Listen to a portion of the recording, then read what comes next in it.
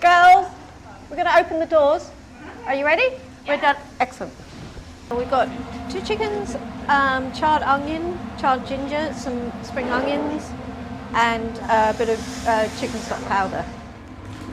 I call myself a sort of nomadic chef, you know, and maybe I'll pop up and maybe I won't. A little bit of mystery.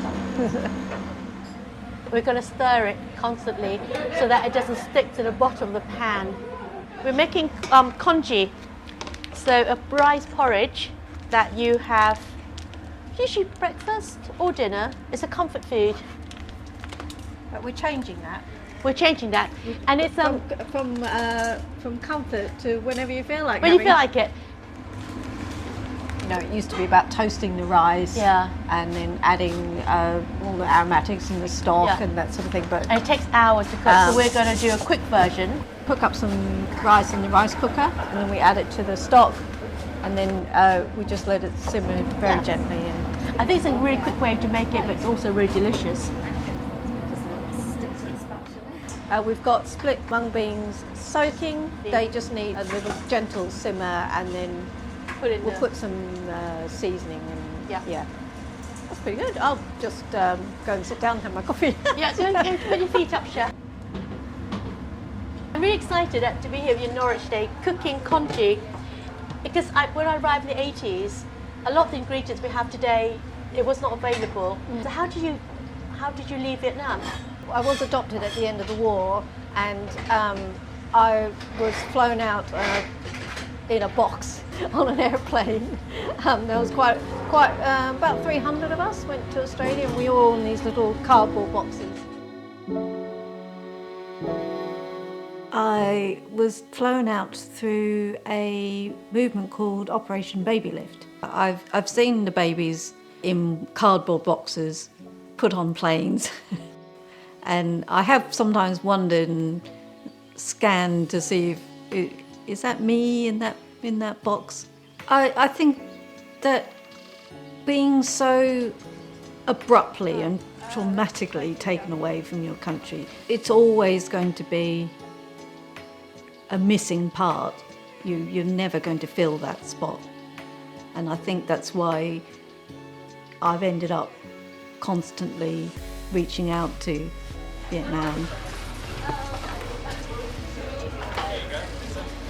When you grow up, I guess this is not the kind of food you ate.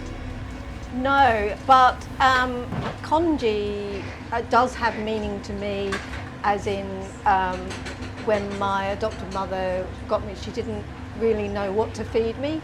So she tried all sorts of things, and I just kept rejecting everything.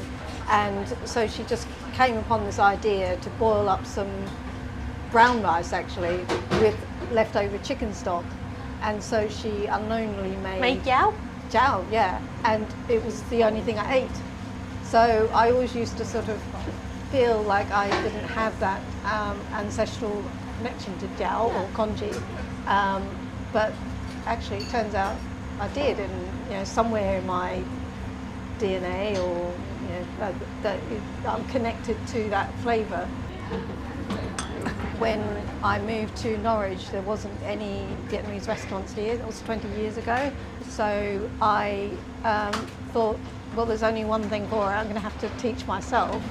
This is my job as a child. So either stirring or shred the chicken. That's usually my job. Got ginger, charred ginger, and onion in this.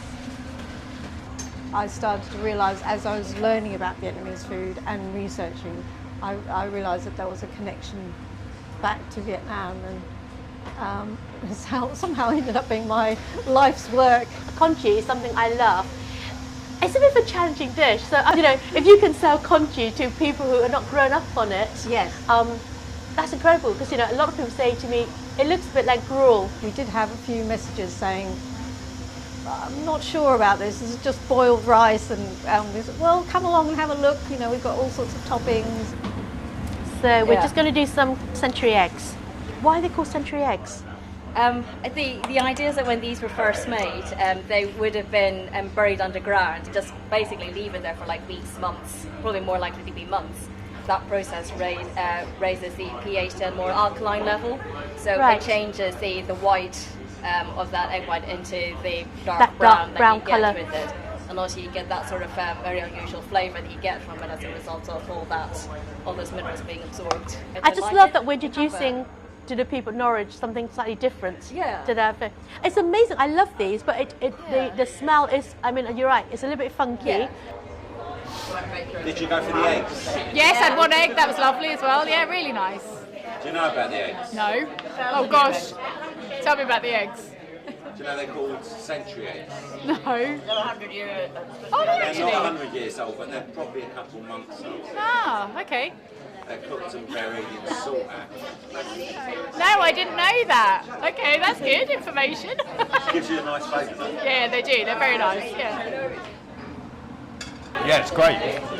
Loads of different toppings, season it up yourself, have whatever you want. It depends obviously on your taste, but you can go hard with a chili, or you can make it what you want it to be. It's amazing. The deep fried tofu, the dough, the chili oil, kimchi, mushrooms, anything vegetarian really for me. Kind of went for it.